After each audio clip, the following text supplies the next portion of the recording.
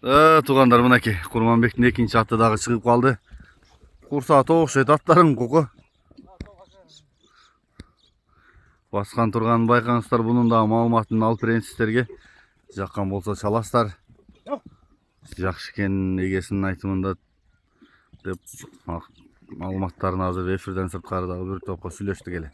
Азыр бир четинен сурайлычы. Каяктан келген ат, кандай ат? Болду Курманбек, ушундай тура турабыз эми. Кел иним, бул аттыңдын маалыматын бере берели. Ага. Bunun malumatı boyunca bununki 3 ası yolda Kuda kalmış. Aha. Bunun C3 futbolu bununki böyle zor aga taza. Zor.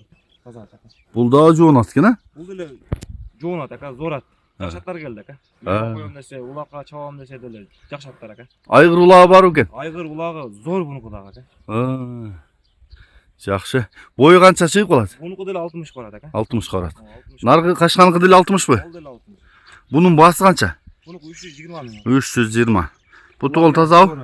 Futbolunda defek sefek yok ka taza. Aha.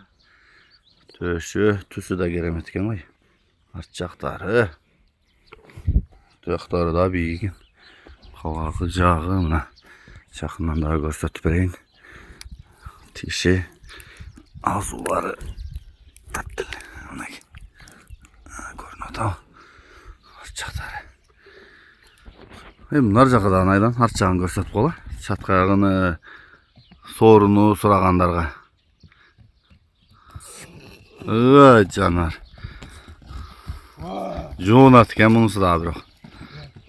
Айгыр койсоңор дагы жөндүү аттар.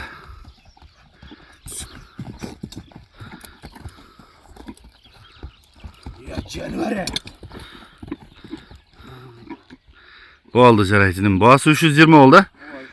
Номерди калтырып коем, жазып коем. Барып айылында, Сузак районунда.